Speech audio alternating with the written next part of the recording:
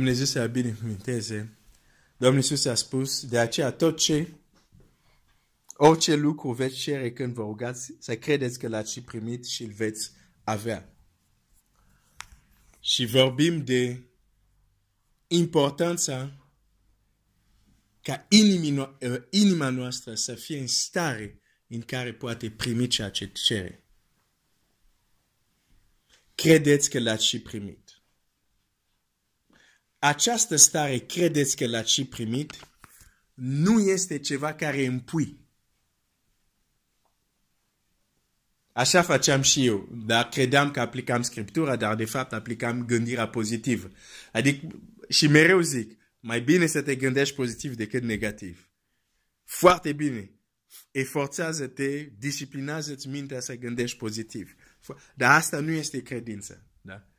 Asta e doar un obicei bun care te ajută în viață. Dar nu este credință. Terminăm să mă rog și zici, bun, acum am crezut că am primit asta și eu să-l primesc. Mulțumesc, Doamne, amin. și nu vedeam nimic. Pentru că, deși gura mea ziceam, cred că am primit și așa, în inima mea nu exista starea respectivă. Vreau să iau o ilustrație care îmi place să iau. Nu poți să mergi la o sală de sport unde este cel mai bun coach care poate să te ajute să depui mușchi, să ajungi acolo și să spui, domnul coach, uitați, aici sunt bicepsurile, faceți cumva să fie mari, ca bicepsele lui, nu știu ce om mai mare care... Da, nu faceți să am biceps mai mare. Eu o să zic pe eu nu pot să fac tu să ai. Eu o să-ți arăt ce trebuie să faci. O să-ți dau anumite exerciții de făcut și tu când o să le faci, ca un rezultat la ceea ce o să faci, vei avea biceps, nici nu știu dacă pronunț asta bine. Ok, vei avea mușchi. Ok, mușchi cel puțin pronunț bine. Că îmi place să mănânc mușchi. Bineînțeles, nu de om, asta care se vinde la centre comerciale, la Mezelo. Așa, o să zic așa, o să spună, faci exercițiile astea și mușchi care vor apăra o să fie un rezultat a exercițiile care o să le faci iar și iar. Această stare, credeți că l-ați și primit, nu apare prin accident, nu apare prin voință, ca Autaret ai zis, cred acum, cum fac unii, asta e gândirea pozitivă, nu e vorba de asta. Acel, credeți că l-ați și primit, este de fapt o stare care va fi un rezultat al expunerii inimii tale la razele cuvântului Dumnezeu. Reiau ilustrație care am luat ieri, când te expui la razele, când te bronzezi. Știi că soarele o să da culoarea sau ce vrei, va închide un pic mai mult pielea ta. Tot așa, când noi ne apropiem de cuvântul lui Dumnezeu, este important cu ce atitudine ne apropiem.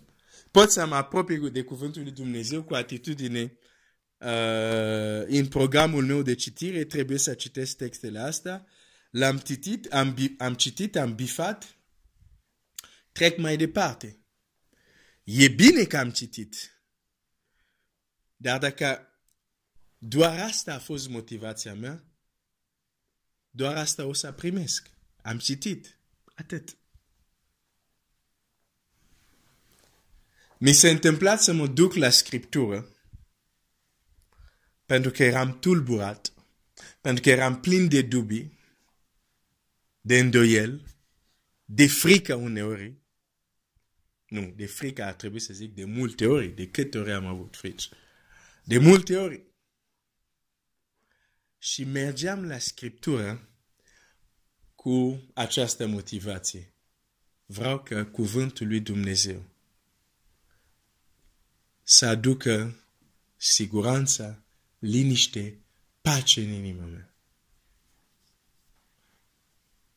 Mergeam la Scriptura, la fel cum unii se duc să se expună la soare, pentru că așteaptă că soarele să lucreze pe pielea lor. Eu mă duc la Scriptura și expun inima mea la cuvântul lui Dumnezeu ca să schimbe starea inimii mele. Și când fac asta, nu este când fac citirea Bibliei. Citirea Bibliei este, ieri m-am oprit în Marcu 4, azi încep să citesc Marcu 5. Asta e când citesc Biblia. Dar când vreau să creez în mine o stare de credință, fac cu totul altceva. Pentru că am citit, știu ce zice Dumnezeu și mă duc la textele care o să mă ajute să cred în situația în care sunt. Fie că citesc despre un om care a trăit ceva asemănător, fie că citesc anumite promisiuni ale lui Dumnezeu, dar mă duc acolo, le citesc iar și iar, mă gândesc la ele, cu singurul scop că la un moment dat starea inimii mele să se schimbe. Și bineînțeles, uneori poți să faci asta odată și starea inimii ta se schimbă, dar de multe ori poate ne trebuie să facem asta zile și uneori poate chiar săptămâni. Ca inima noastră să ajungă la o stare unde, ca și rezultat, credem că Dumnezeu va interveni. Și ne bizuim pe cuvântul Lui. Cuvântul lui Dumnezeu este asimilat ca mâncare. Da? Mâncare. Pâine, de exemplu, sau uneori Dumnezeu zice, va fi o foamete în țara, dar nu o să fie o foamete după mâncare, dar o foamete după cuvântul lui Dumnezeu. Cuvântul lui Dumnezeu este comparat cu o mâncare. Te-ai gândit de ce?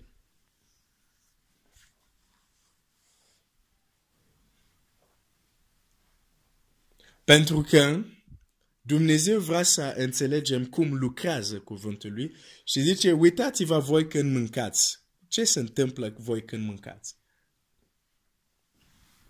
Pe noi când mâncăm, mestecăm, se duce nu direct în organism, nu? În stomac, bine, face parte din organism, dar vă zic, nu merge direct în sânge, da? În stomac face ce are de făcut. Adică există un proces de asimilare că noi am pus ce am pus, că noi am mâncat o sarmale sau nu știu ce îți place să mănânci. Există un proces de asimilare ca să fie folositor trupului. Adică tu nu poți să spui acum am înghițit o sarmale și gata, e deja, toți nutrienți sunt deja în sângele meu. Nu se face așa. Există un timp unde trebuie să trupul să proceseze ce ai mâncat ca să fie de folos trupului. Cuvântul lui Dumnezeu este la fel. De multe ori îl auzim, dar credem că dacă l-am auzit, înseamnă că are și efect. Nu. Când l-auzim, avem nevoie să lăsăm să fie acest timp de asimilare a ceea ce am auzit mai adânc. Ceea ce am primit în cap să coboară la inimă. Din păcate, de multe ori noi nu avem răbdare la acest proces. La mâncare e ușor. Dacă ai trimis 5 sarmale în stomac, sunt acolo și poți să te ridici de la masă să pleci, lucrează mai departe organismul. Când e vorba de lucrurile, de adevărurile care trebuie să fie plantate în inima noastră, nu poți să asculti, de exemplu, un mesaj sau să citești Scriptura, să te ridici brusc și să pleci, fără să te gândești adânc la ceea ce ai citit și să te aștepți să aibă un impact asupra inimii tale. Nu funcționează așa. Avem nevoie să învățăm să lăsăm cuvântul care îl citim sau care îl auzim să lăsăm să aibă un efect asupra noastră. Și cum facem acest lucru? Având răbdare să medităm asupra el. Având răbdare să-l citim iar și iar. Având răbdare să ne rugăm, Doamne, ajută-mă să înțeleg. Având răbdare, poate chiar să-l memorăm.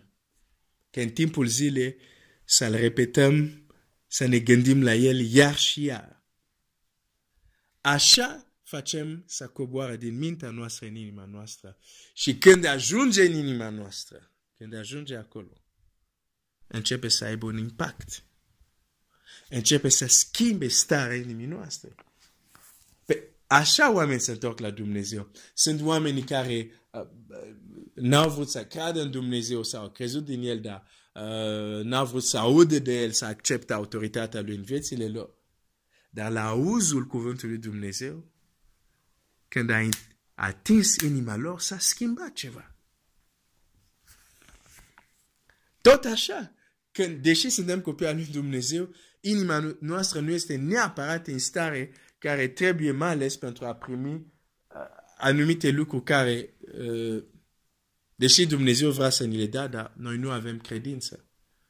Tot așa, și inima noastră se poate schimba. Dar dacă facem ce trebuie să facem, Dumnezeu să